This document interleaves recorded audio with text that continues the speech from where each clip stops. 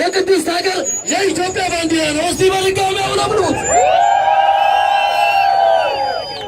አይታይም ተብሏል። እስቲ አንድነት ባለንበት የባንዲራችን ክብር የተከበረበት ኢትዮጵያዊ ማንነት ዛሬ በኢትዮጵያ ጀምሮ በመላ ዓለም የነገሰበትና የፍቅር የመደመርና የሰላም ቀን እንዲሁም የቀንጅቦች የነጋባቸው ሰዓት ነው። ኢትዮጵያ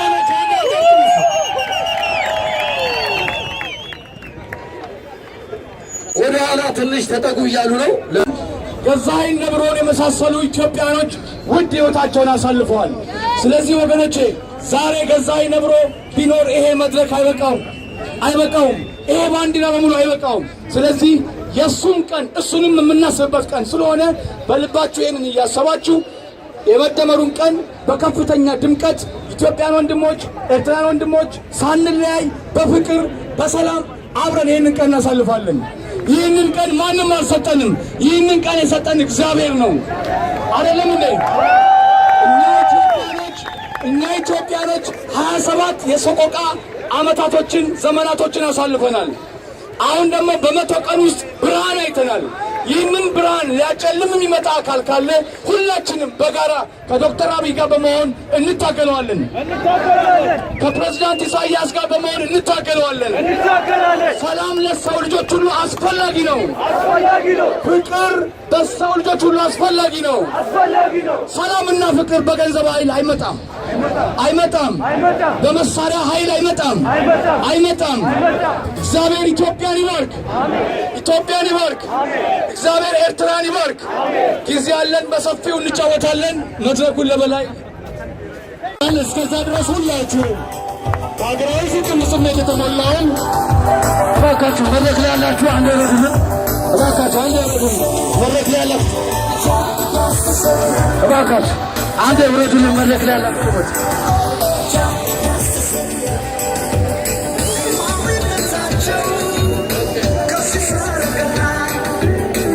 ወንድማችን አማን ከፕሪቶሪያ ይህንን ፖስተር አሰርቶ ለእያንዳንዳችሁ ሊያድላችሁ መስዋዕት አጨብጭቡ። ለስልጤ ተደምሮ ይደርሳቸዋል። እናመሰግናለን።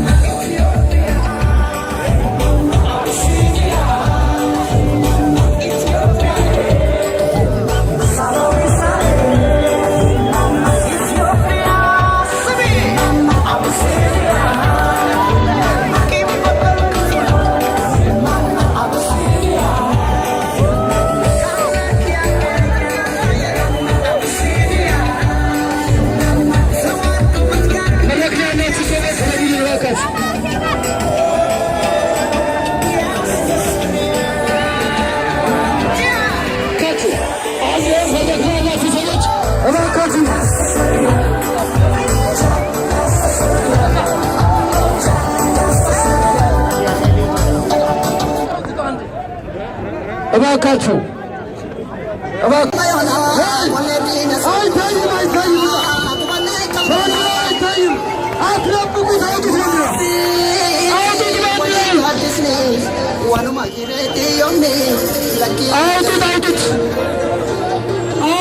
ሲታይ ባንዲራችን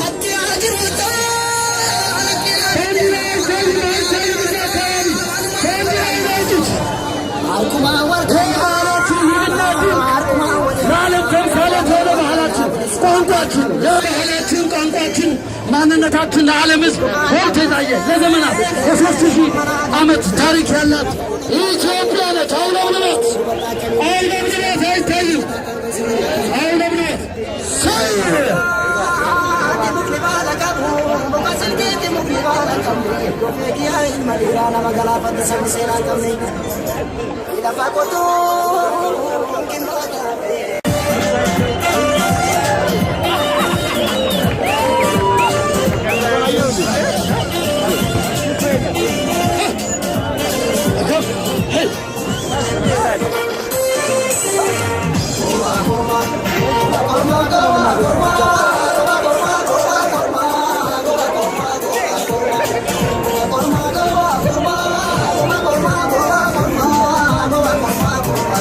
Selamat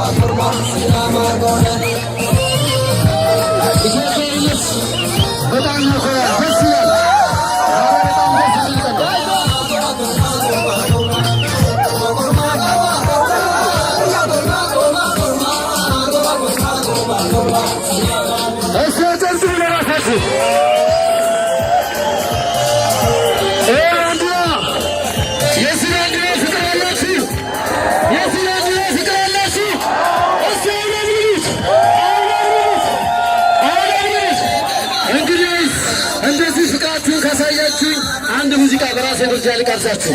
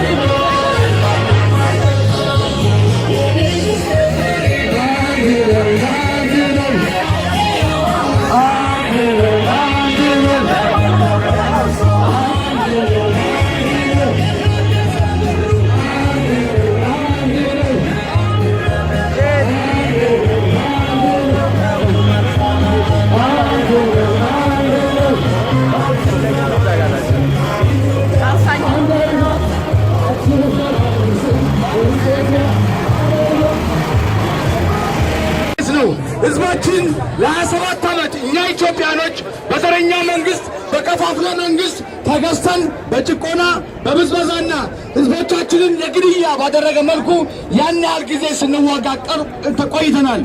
ዛሬ ግን እነሆ በዶክተር አብይና በለውጥ ኃይል ፈላጊው ዛሬ ተስፋ አግኝተናል።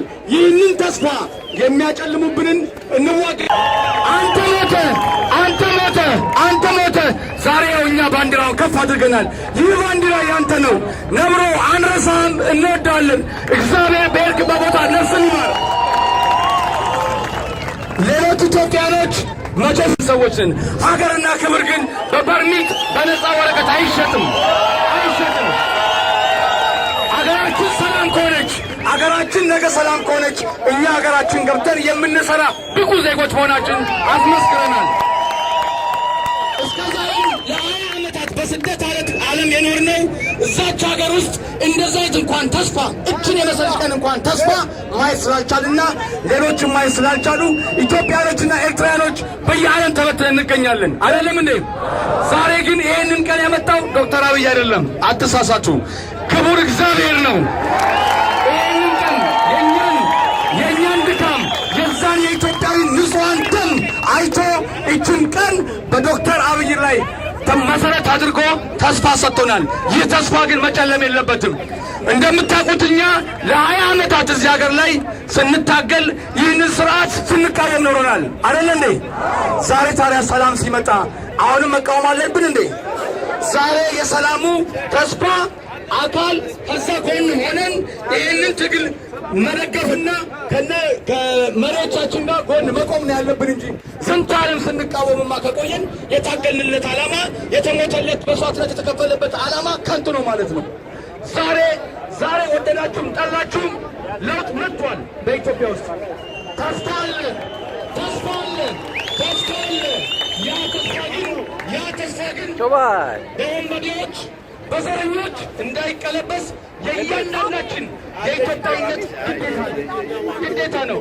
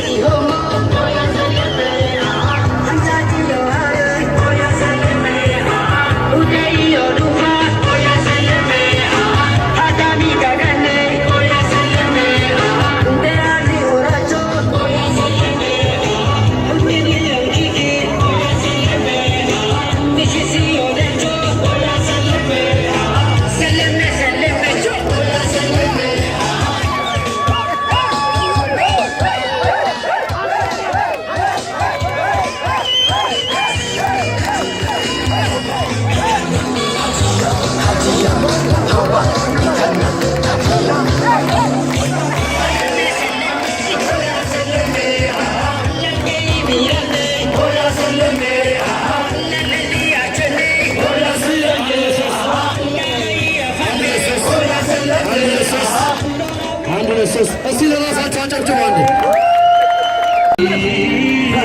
ለታማኝ ክብራችንን አይንግለጽለት አንድ እጃችንን እጃይታዩን ባንዲራውን አይጡት፣ ይህ ጀግና ሌላም ይገባል። ስለ እያንዳንዳችን ብዙ የጮኸ ነው ስለኛ ስለ ኢትዮጵያኖች በስደት ላይ በአረብ ሀገር በሳውዝ አፍሪካ በተለያዩ ዓለማት ሲያነባ የነበረና ከጎን ስቆም የነበረ ነው። ሌላም ይገባል። ወይኔ ባለንበት እንጥያለን ታማኝ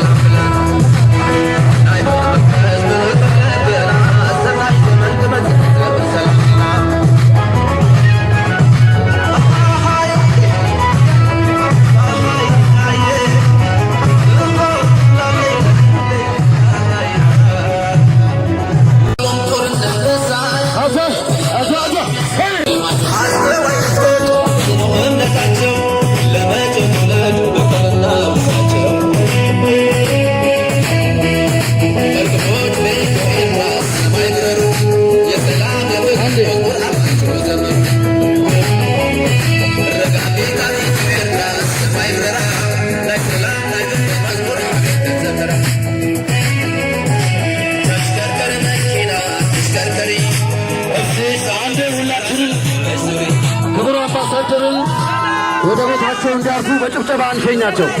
አንድ አይሰማም። ዌልካም እንበላቸው። አንድ ባንዲራችሁን አውጡትና ግለጹላቸው። ዌልካም ብላቸው ባንዲራ። በጣም ነው የማመሰግነው።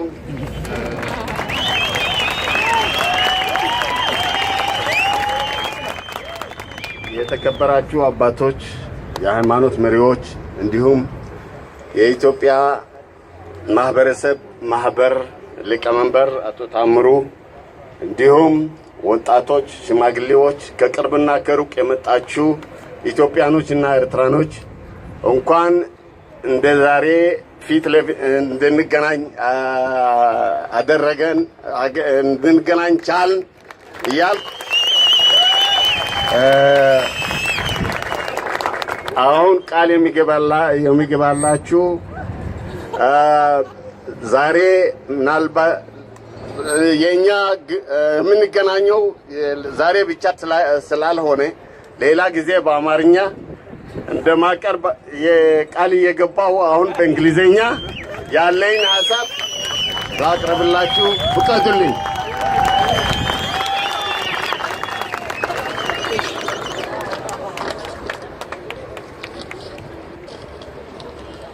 መጀመሪያ የተደረገልኝ በጣም አመሰግናለሁ። ከዛ ቀጥዬ fellow Ethiopians, Eritreans present and invited guests, I feel honored and privileged to be amongst you on this auspicious occasion where the two people celebrate for the bright future of the two countries, their people and the Horn. After years of stalemate and tension between Eritrea and Ethiopia, things are certainly happening and moving rapidly. If I may quote, it was Lenin who was purported to have said that there are decades where nothing happened and there are weeks where decades happen. Weeks ago, Ethiopia announced that it would abide by the Algiers Agreement, the Eritrean Ethiopian Boundary Commission decision. After Prime Minister Abiy Ahmed's statement of full acceptance of the EBC last month, on June 26, 2018, a high-level Eritrean delegation led by Foreign Minister, His Excellency Mr. Usman Saleh, including Presidential Advisor Mr. Yemane Gabrab, traveled to Addis Ababa the first time in more than 2 decades that a top-level delegation from Asmara had visited Addis Ababa.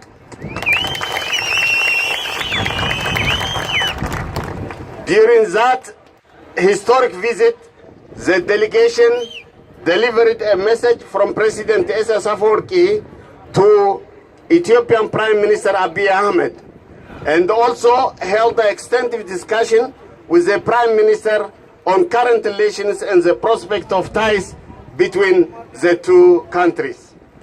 After the visit of the Eritrean delegation, by the invitation of the government of Eritrea, on Sunday, July 18, 2018, Ethiopian Prime Minister Dr. Abiy Ahmed, accompanied by a senior delegation, arrived in Asmara, Eritrea, where they were warmly welcomed at Asmara International Airport by the Eritrean President, His Excellency Mr. Isaias Afwerki, alongside high-level government officials and ministers, as well as religious and other representatives. When Prime Minister Abiy Ahmed disembarked from the plane, the two leaders smiled and warmly embraced on the red carpet.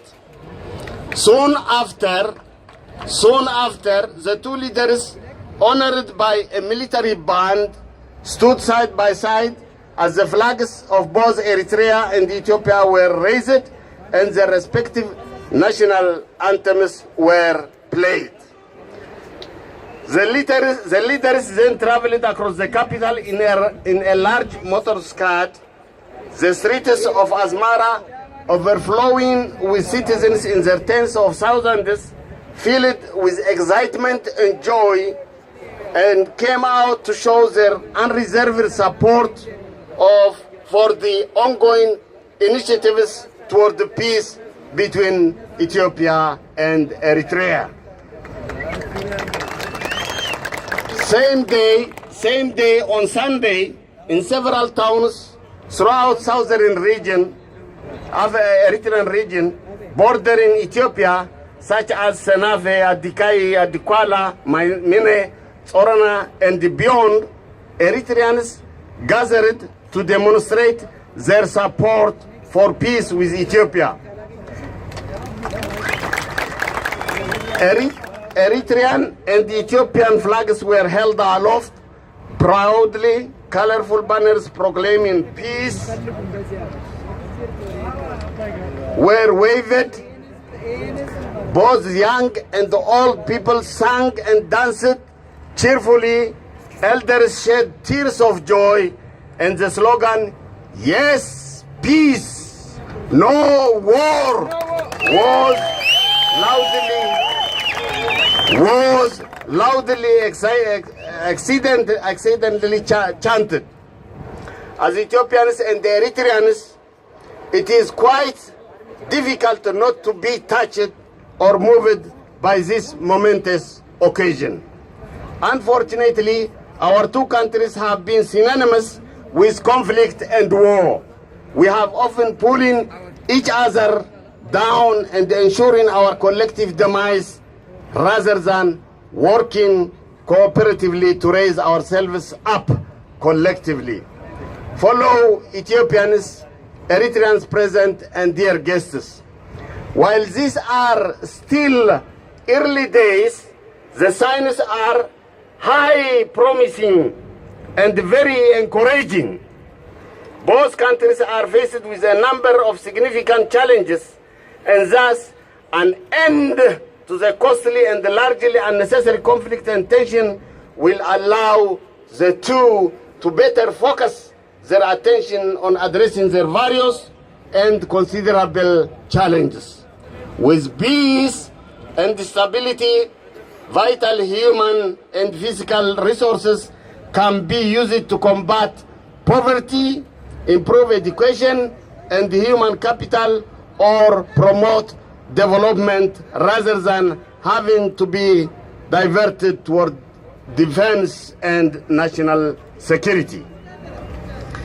Dear participants, as a final point, it is notable and quite interesting that the ongoing peace initiative between Eritrea and Ethiopia are largely being led and carried out by our two leaders, President Ethio and Prime Minister Abiy Ali,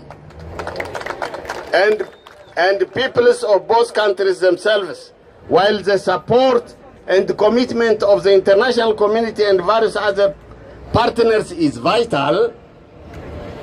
Tangible solutions have to involve and led by local actors. If you formulate your own solutions to your problems, you have every reason and incentive to see them work.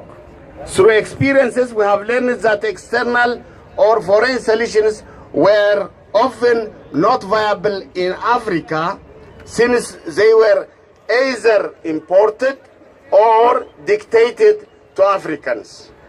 Ultimately, conscious that the people of Ethiopia and Eritrea share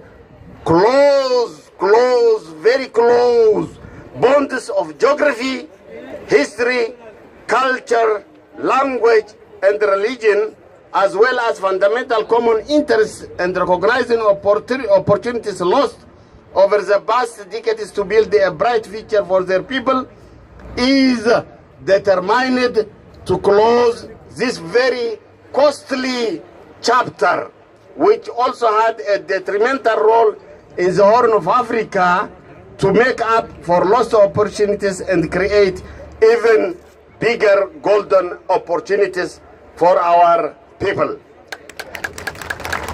Hence, the government of Ethiopia and Eritrea have signed a joint declaration which reflects the desires and aspirations of their peoples. One, the state of Eritrea between Ethiopia and Eritrea has come to an end. The state of war, I said, the state of war between Ethiopia and Eritrea has come to an end.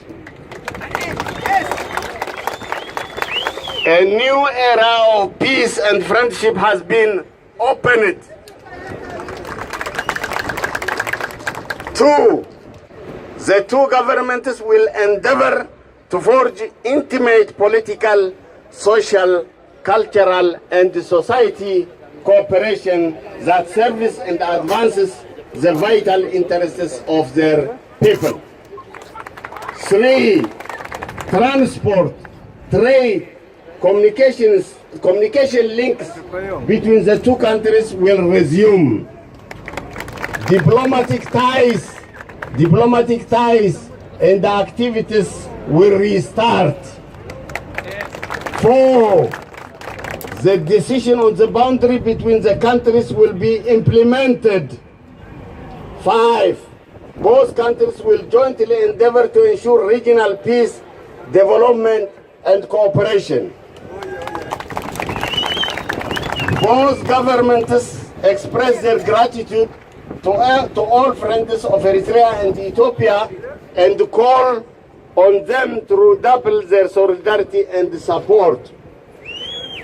Sign it for the state of Eritrea, His Excellency President Ethio, and for the Federal Democratic Republic of Ethiopia, Honorable Prime Minister Dr. Abiy Ahmed Ali. Done on 09 July 2018.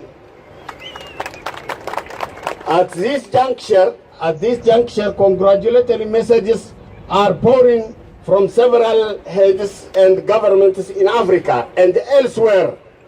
Pope Francis, U.S. Secretary of the State, EU, UN, Secretary General, UN Security Council members, the AU current chairperson, the AU current chairperson of the AU Commission, and other world bodies. Finally, fellow Ethiopians and Eritreans, my humble advice to you both who are living and working in South Africa is to look after each other.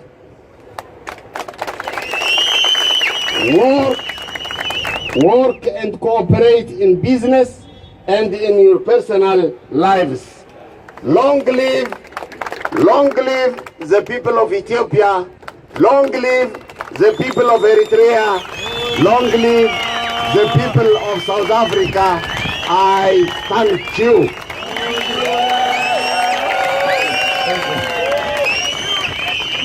ያንሳል እስቲ አንድ እጃችሁን አንድ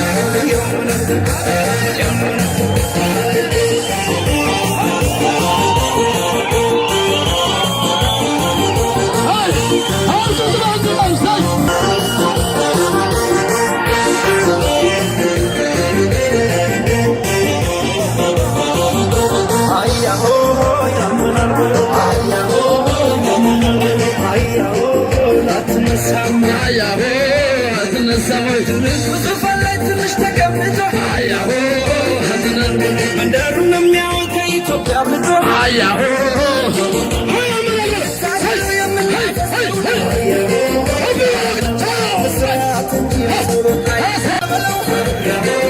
ያመናል በለው ወገን ሲነካ ያመናል በለው አያሆ ያመናል በለው አያሆ ያመናል በለው አያሆ ያመናል በለው አያሆ ያመናል በለው አያሆ ያመናል በለው ያመናል በለው ኦሮሞ ሲነካ ያመናል በለው አማራው ሲነካ ያመናል በለው ደቡብ ሲነካ ያመናል በለው ጉራጌ ሲነካ ያመናል በለው ሻንጉል ሲነካ አሁን አንዴ እዚህ ጋር ሙዚቃው እያለ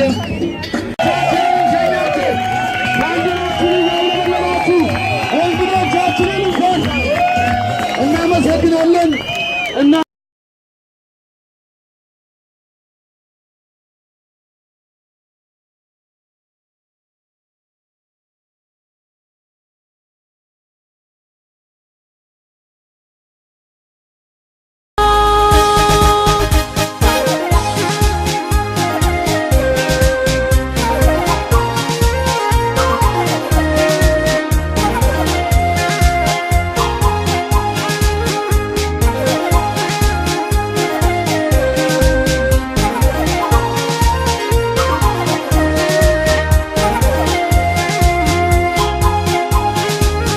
ላንቺ ነው ኢትዮጵያ ላንቺ ነው